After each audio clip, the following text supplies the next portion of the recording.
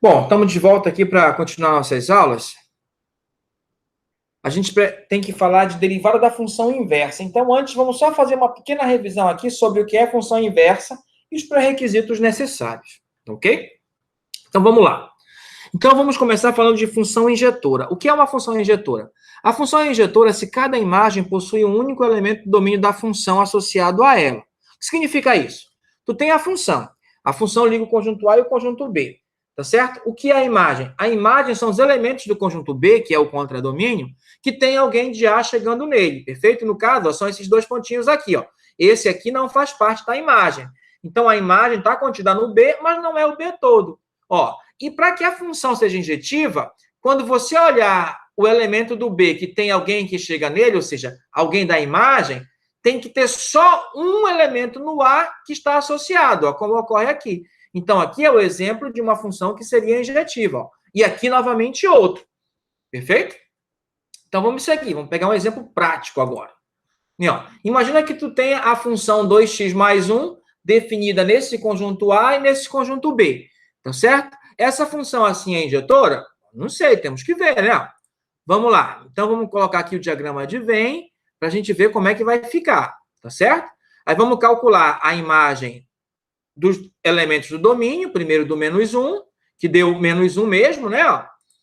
A imagem do cara do contradomínio, né? Ó, do outro, do zero, do domínio, né? Ó, aí f de zero, aí 2 vezes 0 mais 1. É o esquema todo que a gente já sabe para substituir para achar a imagem, né? Então, a imagem do zero é 1. Então, eu vou ligar aqui o 0 no 1. Tá certo? Aí, agora, a imagem do 1. Aí, olha só, 2 vezes 1, mais 1, 3. A imagem do 1 é 3, tá? A imagem do 1 é 3. Ah, olha só. O conjunto imagem é formado por menos 1, 1 e 3. Mas veja que cada elemento do conjunto imagem só tem um elemento no conjunto A que chega nele, né? Tá certo? Então, isso é um exemplo de uma função injetiva. Tá ok? Vamos ver esse outro aqui. Tá? Então, ela é injetora ou injetiva, que é... Ó, essa função é a que eleva ao quadrado, né? Olha só. Tá certo? Aqui no meu desenho, eu cometi um pequeno equívoco que eu vou consertar agora, tá? Né? Agora já estou vendo qual foi o equívoco que eu cometi. Ó. Na verdade, ó, esse aqui é o nosso mais 1, tá certo? Mais 1. E esse aqui que é o menos 1, tá? Para ficar certinho, tá bom? Então, vamos lá. Vamos lá, né? Então, vamos lá. Olha aí. Vou calcular a imagem do menos 1, porque o A, ó, o nosso conjunto que é o domínio agora é menos 1, 0, 1. E o que conta domínio é menos 1, 0, 1 e 2. Ainda tem mais um problema. Faltou o 2 aqui, ó. Então, vou colocar aqui, ó, vou escrever, né, ó. Faltou o 2. Está aqui, ó, o contradomínio. Perfeito? Está aqui. Tá, então a função de A em B, vamos verificar se ela é injetora. Então, calcula a imagem do menos 1. Está aqui a imagem do menos 1. F de menos 1, o que a função faz? Eleva ao quadrado, menos 1 ao quadrado é 1. Tá aí. Perfeito? A imagem do menos 1 é 1. Agora a imagem do zero. Aí vai ser 0 ao quadrado, que vai dar 0. A imagem do zero é 0. A imagem do 1, 1 ao quadrado, novamente 1. Tá certo? Quem são os elementos que estão no conjunto imagem? Esse cara aqui, ó, é o conjunto imagem, ó, né? Esse é o conjunto imagem de F, que está dentro do conjunto B, que é o contradomínio, né? O conjunto imagem só tem 2 elementos e o conjunto contradomínio tem 4. Tá certo? E apareceu aí o outro, né? Ó, que estava sumido, né? Deixa eu apagar aqui. Tá certo? Tá ok. É que ele só demorou a aparecer, né? Tá certo. Aí o que que tem? Para ser injetiva, tem que cada elemento da imagem ter só um cara do domínio que chega nele. É o que acontece com o zero, mas não é o que acontece com o mais um. Eu tenho o menos 1 e o 1 ó, que chegam neles. Tá certo? Então, isso aqui não é uma função injetora ou injetiva, que é a mesma coisa, né? Ó, veja aqui, ó. Aqui está chegando 2 no mais 1. Mas, ó, na injetiva, isso não acontece, que é o que ocorreu aqui, né? Para cada elemento da imagem, só tem um que chega nele. Perfeito? É assim que você faz a diferenciação, né? Ok? Isso aqui, ó, olhando através do diagrama de Venn. Tá? Ok? Se você fosse olhar com o gráfico, né? Ó, olha como é que você olharia com o gráfico? Por exemplo, essa função aqui. Deixa eu só limpar aqui, ó. O gráfico dela, né, ó, se fosse todos os reais, se fosse todos os reais do domínio, o gráfico dela seria uma reta, né, ó. Tá certo? Ó, aí você vê, ó, para cada elemento aqui do domínio, só tem uma imagem, né? Ó, cada elemento do domínio só tem uma imagem. Ou melhor, cada imagem só tem um cara no domínio, perfeito? Cada imagem é o contrário, desculpa, eu estava falando. Só tem um cara no domínio. Não é o que acontece nessa próxima. Não é o que acontece nessa próxima. Se a gente fosse fazer o gráfico aqui, ó, isso aqui é uma parábola. Deixa eu desenhar a primeira parábola. Tá certo? Aí, digamos que aqui é o eixo Y e que aqui é o eixo X, tá certo? É exatamente assim o gráfico dessa função, né? Aí, o que é que nós tivemos? Não, nós tivemos assim, ó. Aqui é o 1, aí, ó, menos 1 e 1. Olha aí. Para o 1, teve dois caras que chegou nele, então não é injetiva, né? Ó, tá certo? Na verdade, é assim, ó. Se a função for injetiva e você traçar uma linha horizontal, ela corta o gráfico só em um ponto. Se cortar em mais de um ponto, ela não é injetiva, como é o caso. Se eu passar uma linha horizontal aqui, ó, corta o gráfico em mais de 2 pontos. Perfeito? Em 2 pontos, aliás. Teria que cortar só em um para ser injetiva, não é para ser função, é para ser injetiva. Tá certo? Então, é isso. Agora, qual é a outra coisa? A outra coisa que a gente precisa saber para chegar na função inversa é o que é uma função sobrejetora. A função é sobrejetora quando o conjunto imagem coincide com o domínio. Nesse caso, ó, essa não é sobrejetora. E essa aqui também não é sobrejetora, né? Ó? Claramente, né? Ó? Por quê? Porque o conjunto imagem tem esses 3 elementos. E o contradomínio tem 4 elementos. Então, ó, não tem como ela ser sobrejetora, porque para sobrejetividade é necessário, veja que é necessário o seguinte, é necessário que haja o que a gente acabou de falar. Só um minutinho aqui que eu quero olhar aqui uma coisinha. Ah, perfeito. É necessário que o contradomínio coincida com a imagem, que não é o caso. Tá certo? Ó, mas é o caso do próximo esquema que a gente vai ter aqui, ó. Vamos voltar lá para a sobrejetiva, né? Ó, veja aí, ó. Conjunto imagem, né? Ó, coincide com o contradomínio. O conjunto imagem é esse. E é igual ao contradomínio. Tá certo? Mesma coisa nesse outro. Ó. Perfeito? Tá ok? Então vamos continuar. Né? Ó. Mas dizer isso é o mesmo que dizer o seguinte: se a função é sobrejetiva ou sobrejetora, dado qualquer elemento no contradomínio, que é no D, sempre vai ter alguém no domínio que chega nele. Por isso que todo elemento do contradomínio é a imagem. É só outra forma de escrever a mesma coisa. Perfeito? Olha aqui no exemplo. Né? O domínio menos 1, 1, 2, contradomínio 1, 7. A função é 2x ao quadrado menos 1. É sobrejetora? Vamos verificar. Aqui, ó. Escrevemos com o diagrama de Venn o A e o B. Né? Calculamos a imagem do menos 1, deu 1. Perfeito? Calculamos a imagem do 1, deu 1 também. E calculamos a imagem do 2, que deu 7. Ó, aí coincidiu. Ó, a imagem é formada pelo 1 e o 7, e o contradomínio também é 1 e 7. Então, conclusão aqui, ó. O conjunto imagem... Deixa eu escrever aqui direito. O conjunto imagem da função f coincidiu com o contradomínio, que é o b, ó. Certo? Então, a função é sobrejetora, perfeito? Então, já vimos exemplo de função injetora e de função que não é injetora. Vimos exemplo de função que é sobrejetora e vimos exemplo de função que não é sobrejetora. Tá certo? Então, vamos lá. E quando é bijetora?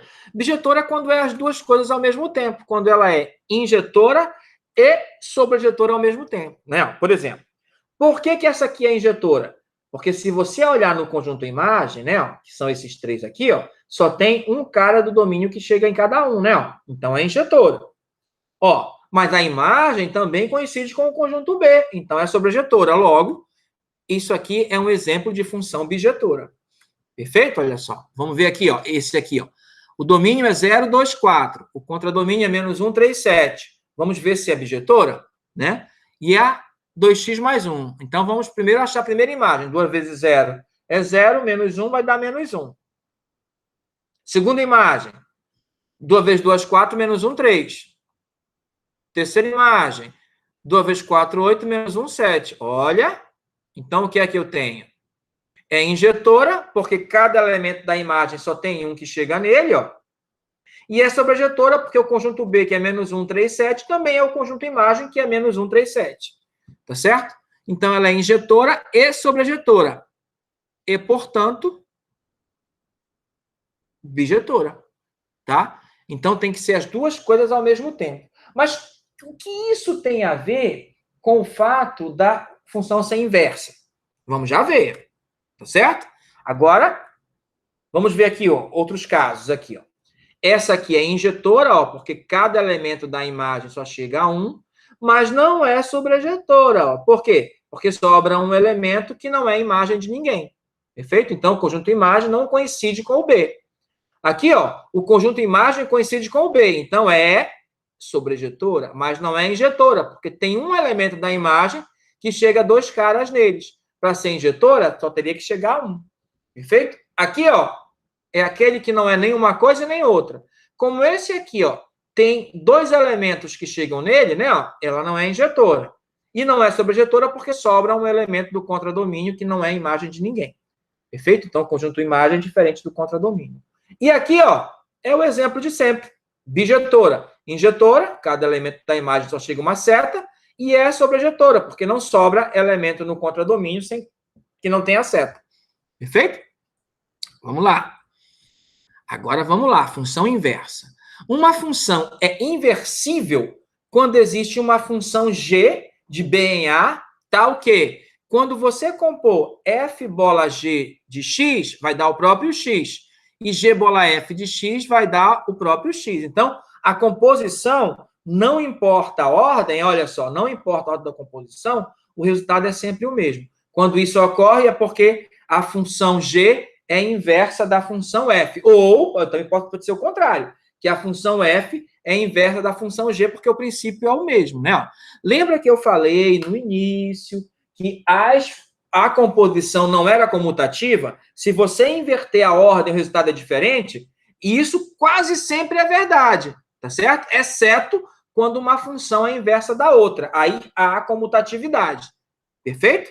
Aí, ó, nesse caso, G é chamado de a inversa de F, tá certo? Né?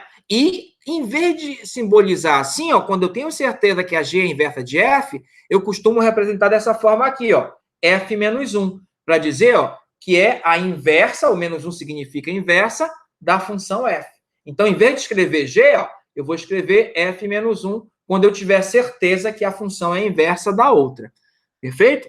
A gente já estudou algumas funções inversas, né? Não sei se você lembra, né? Ó, o log de x na base A, ó, a função, a inversa dela é a seguinte, ó.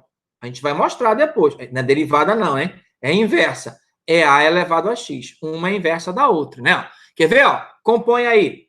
Né? Vou chamar de G para ficar como. Depois a gente chama de G menos 1. Compõe aí f bola G de x. Vai ser f de g de x. O que a f faz? Calcula o logaritmo do cara que está aqui dentro. Como o cara que está aqui dentro é o g, então é o log de g de x na base A. Mas o g de x, a gente sabe que é a elevado a x na base A. Pela propriedade do logaritmo, o x passa multiplicando. Vou fazer aqui do lado, não, vou fazer aqui mesmo. É igual a x vezes log de A na base A. Nós já vimos como propriedade do logaritmo, log do número na mesma base é igual a 1. Então, isso aqui é x vezes 1, que é x, ó. F bola g de x deu x. Por quê? Porque o log é a inversa da exponencial. Tá certo? Né? Aí, se eu fizesse ao contrário, g bola f, aconteceria a mesma coisa, ó. Deixa eu fazer aqui desse lado. G bola f de x. Então, é g de f de x. A gente já viu vários exemplos que não dá igual. Mas quando uma é inversa de outra, vai dar igual. O que a G faz? Pega o x e coloca lá no expoente, né? Então, A elevado ao f de x, né? Então, isso aqui é igual a elevado ao log de x na base A, porque isso que é o f de x, né? Mas lembra que a gente falou que quando a base do logaritmo do expoente e a base da potência é a mesma, a gente pode cancelar. E isso dá o x. Então, g bola f de x deu x e f bola g de x deu x. Perfeito? Por isso que a exponencial é a inversa da função logarítmica. Tá ok? Então, vamos lá. Exemplo 5. Ó. Aqui, ó, no exemplo 5, eu vou ter a função que pega o elemento lá do conjunto A e soma com 5, que é x mais 5, né? Ó. Aí vai dar o quê? Ó? A imagem do 1 é 6, porque vai dar 1 mais 5, 6. A imagem do 2 é 7, porque vai dar 2 mais 5, 7.